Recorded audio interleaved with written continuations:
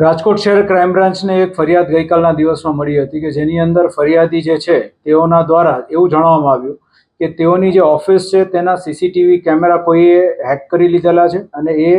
CCTV કેમેરાની અંદર અમુક એમની જે અંગત ક્ષણો જે હતી એ અંગત ક્ષણો વાયરલ કરી નાખવાનું કહીને અમુક લોકો દ્વારા એમને સતત બ્લેકમેલ કરવામાં આવી રહ્યા છે. તેના આધારે આગળ તપાસ શરૂ કરવામાં આવી, જેની અંદર એક સ્લાઇડ બનાવીને અમુક ઇસમો દ્વારા એ જે અંગત ક્ષણો હતી તેને એનો સ્ક્રીનશોટ લઈને વાયરલ પણ કરવામાં આવેલો હતું, જેના કારણે જે ફરિયાદી હતા તેઓની જે રેપ્યુટેશન હતું એને ખાસું નુકસાન ગયું હતું. અને ત્યારબાદ તેમને સતત જો આ બાબતે કોઈ પણ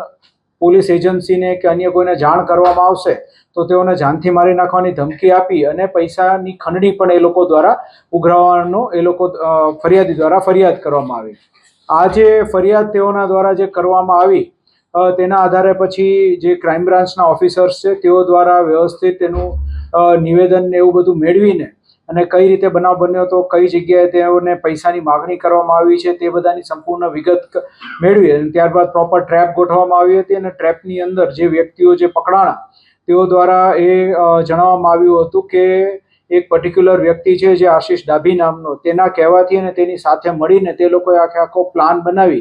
એક પર્ટિક્યુલર મિશન એવું એક એ લોકોએ નામ પણ આપ્યું હતું પોતાના આખી આ જે એમણે જ્યાં બ્લેકમેલિંગ કર્યું હતું તેને, અને એ મિશન હેઠળ તે લોકો દ્વારા આ પૈસાની માગણી કરવામાં આવી હતી. અત્યારે ટોટલ 3 લોકોની ધરપકડ ક્રાઇમ બ્રાન્ચ દ્વારા આ ટ્રેપ કરીને કરવામાં આવી છે, જેની અંદર ધર્મેશ નામનો એક વ્યક્તિ છે, એઝાઝ નામનો એક વ્યક્તિ છે અને આશીષ ડાભી નામનો એક વ્યક્તિ છે. અને જે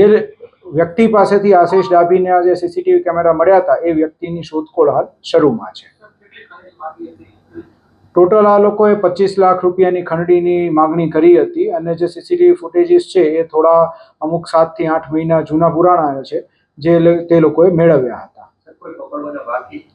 જેણે આ સીસીટીવી ફૂટેજ જે છે એ લીક કર્યા એ વ્યક્તિની શોધખોળ હાલ શરૂમાં છે અને એને ભવિષ્યમાં પછી આગળ કાયદેસરની કાર્યવાહી તેના વિરુદ્ધ પણ કરીશું.